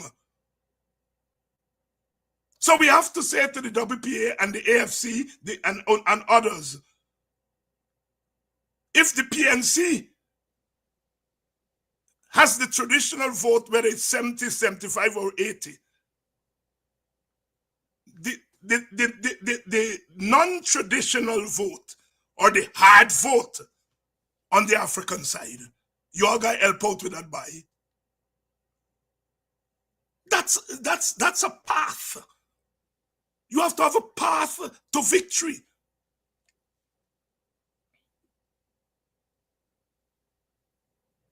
And the path to victory cannot be going by ourselves. No, I don't believe going by ourselves will automatically mean that we lose the election. What it will do, as we have seen, once AFC said going by themselves, it shake the confidence of African people. Because we are a people that believe in a village. And it forces now for us to make a choice. We may have to make a choice to cut a brother loose. A good brother. Nigel is a good brother, an asset. But if Nigel goes by himself, he puts African people in a funny position. They'll have to say, brother, we love you, but we can't win if we give you we vote. No, I know Nigel is more sensible than that. So I do not believe Nigel's position is based on hurting black people. No, it has the consequence of black people having to make some hard decisions.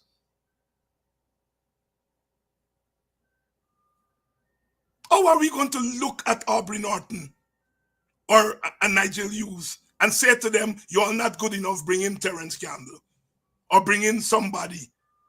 I mean, what? I mean, this is not a commentary on Campbell. I know Terence, and Terence is an able person, and if he wants to get into politics, I think he will do well. But to bring a man who has not been in the trenches and to say to him, look, here is the top spot. And you're getting this top spot because Aubrey Norton don't smile. You're getting this top spot because Aubrey Norton don't hug up babies and smile. What kind of craziness is that? What kind of craziness is that?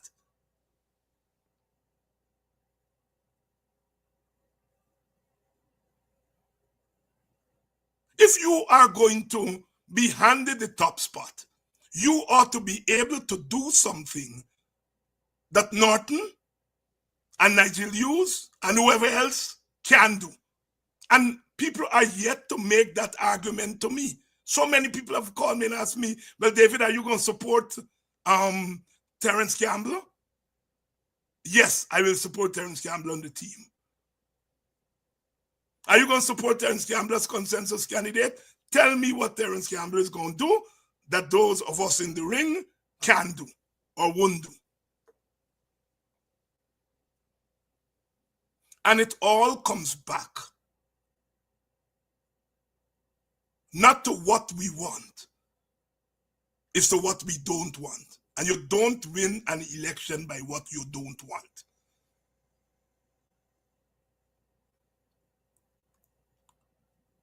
So sisters and brothers, we have to stop this loose talk.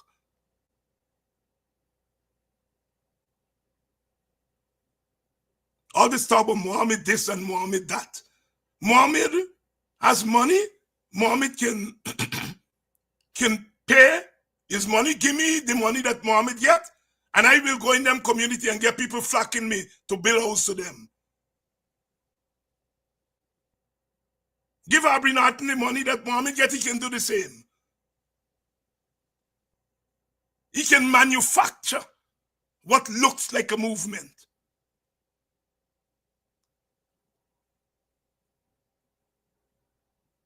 But the people who are talking up about Mohammed is black people. Rather than talking up about how we can win an election with our assets, with looking at somebody else's asset. That's crazy. I know it's a minority of people who are doing it, but because of social media, it looked like if it's plenty people doing it. We have to look at our assets and how we can use our assets to win. Not to look at somebody's assets to make we win. You're betting your life on somebody else's action rather than your own action. Black folks, you all gotta wise up, man. Sometimes we too bright for your own good. We too smart for your own good. And that's why we just get beat up sometimes.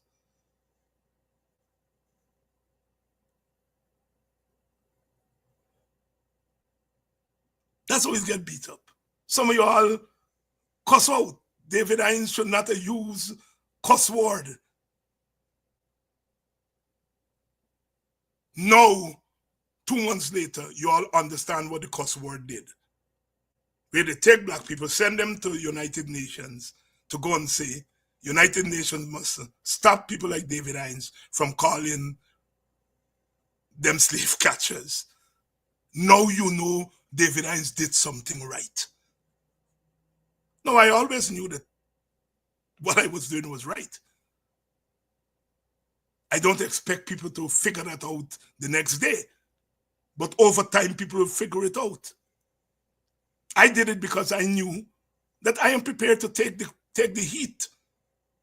The WPA is prepared to take the blows for doing that. And we know blows will come down. And we are prepared to take the blows, but we're also prepared to take the benefits for having done that monumental task for our community. So it's not just the blame, it's also the recognition of what we did.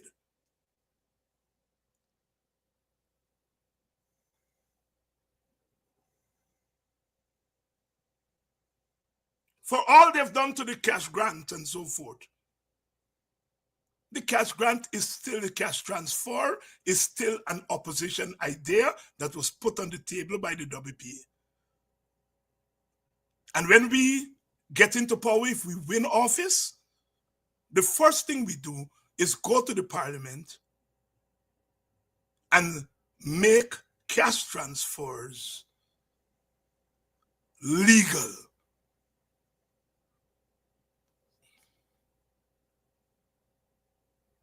Not you go to a village and give a frick. So there are ideas on our side. So sisters and brothers, you all have to start wising up and stop wrong talking. Stand by yourself. Back yourself. Back yourself. We have to back ourselves. We have to back ourselves. We have to back ourselves. Nobody has more grows. The FC complains about the PNC bullying and so on. Let WPA tell you all about PNC bullying. AFC get bullying during the coalition. WPA get bullied out of parliament by the PNC and the PNC leader. But yet, we are not going to use that hurt to go against the base. We're not going to use that hurt to further hurt the base. We are going to be much more vigilant this time. We're going to do it differently this time. But not because you are hurt, you now are going to go and make unreasonable demands. Yes, we are going to make demands, but demands within reason. Black people, we have to stand together today so that tomorrow we can be free.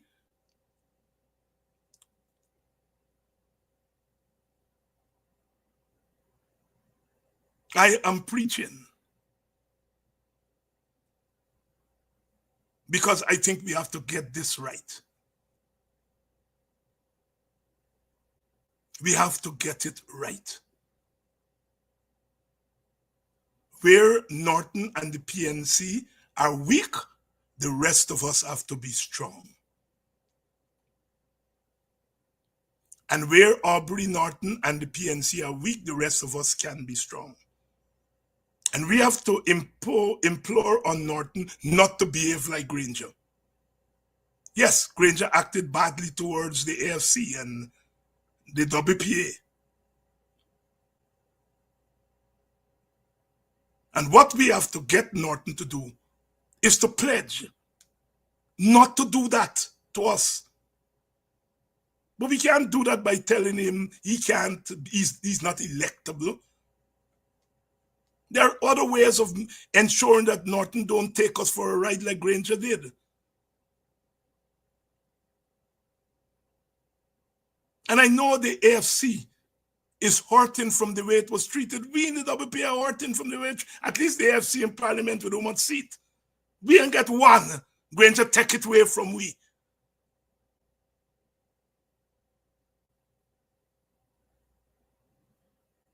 But there's a bigger picture. Granger's written his own history. Black people have made their judgment on Granger. The WPA has moved on from that. We are dealing with Norton. And we have to make it difficult for Norton to do us what Granger did to us. But we're not going to make it difficult by saying to the brother, you're not electable. Yekokobe? When you tell a man you're not electable, the big auntie say you mustn't marry no Maika man because he get leper pani. The big auntie say you mustn't take no Maika man because he get leper pani. With all due respect to the Maika people, this is folklore.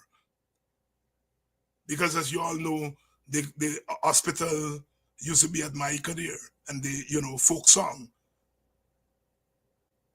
I've been not get leper. So anything but him.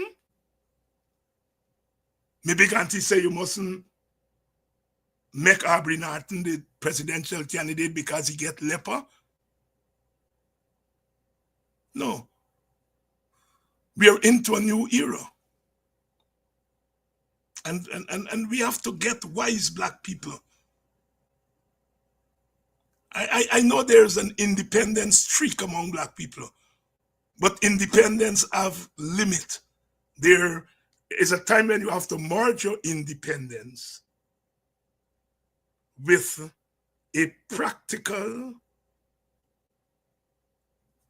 subjective objective. Yeah, a lot of defective and thing. Your independence must not hurt you. Your independence must help you. The minute your independence stop hurting you, check your independence. Your independence must help you for the better.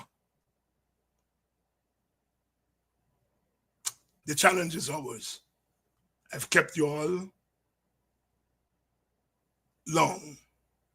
longer, but I had to say some things tonight, and there are things that I will continue to say as we move forward. See you all tomorrow night.